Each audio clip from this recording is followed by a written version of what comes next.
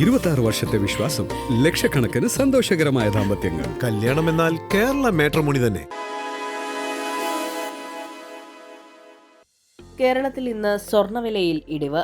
ഇന്നലെ രാവിലെ ഈ മാസത്തെ ഏറ്റവും ഉയർന്ന നിരക്കിലെത്തിയ പൊന്ന് ഉച്ചയ്ക്ക് ശേഷം വില കുറഞ്ഞിരുന്നു. ഇത് തന്നെയാണ് ഇന്ന് രാവിലെ വിപണി തുറക്കുമ്പോഴും സംഭവിച്ചത്. ആഗോള സ്വർണ്ണ വിപണിയിലും ഇന്ന് വില താഴേക്ക് വീണിട്ടുണ്ട്. ഇത് തന്നെയാണ് ഇന്ത്യയിലും സ്വർണത്തിന് ഇന്ന് വില കുറയാൻ കാരണമായിരിക്കുന്നത്.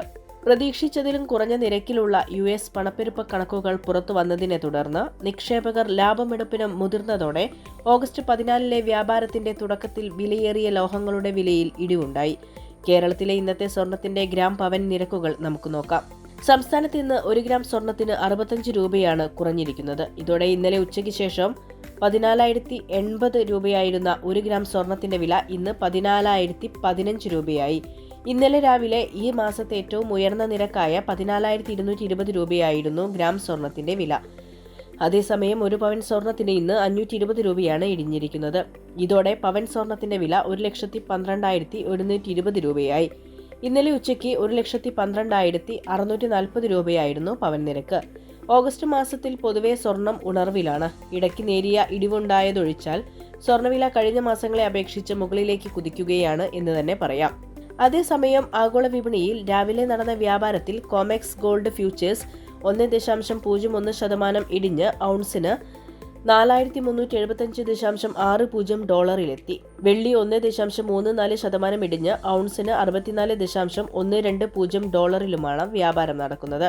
ഇന്നലെ വൈകുന്നേരത്തെ നിരക്ക് ഔൺസിന് $4,373 ആയിരുന്നു. പ്ലാറ്റിനം വില 1% ഇടിഞ്ഞ് ഔൺസിന് $1,700.60 പല്ലാഡിയം 0.3% താഴ്ന്ന് $1,303.25 വിലയേറിയ ലോഹങ്ങളുടെ വിപണിയിൽ പൊതുവായ സമ്മർദ്ദം അനുഭവപ്പെട്ടതിനെ തുടർന്ന് ഓഗസ്റ്റ് 4 ശേഷമുള്ള ഏറ്റവും താഴ്ന്ന നിലയിലാണ് ഈ 2 ലോഹങ്ങളും വ്യാപാരം നടത്തിയത്.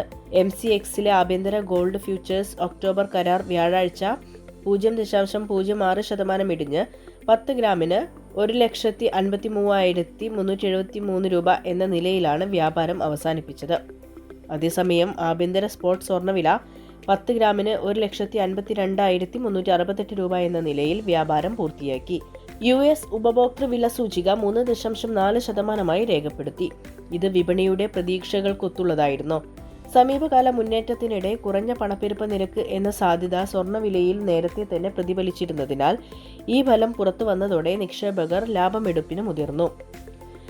ഇനി മുതൽ US ഡോളർ, ക്രൂഡ് ഓയിൽ വില, ഫെഡറൽ റിസർവിന്റെ പലിശ നിരക്ക് സംബന്ധിച്ച പ്രതീക്ഷകൾ എന്നിവയിൽ നിന്നുള്ള പുതിയ സൂചനകളാകും വിപണി ഉറ്റുനോക്കുക.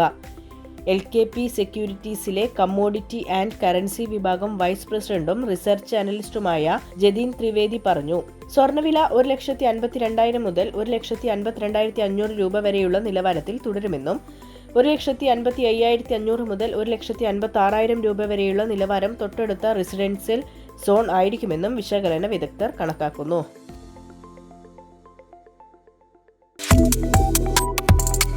Subscribe to One India and never miss an update.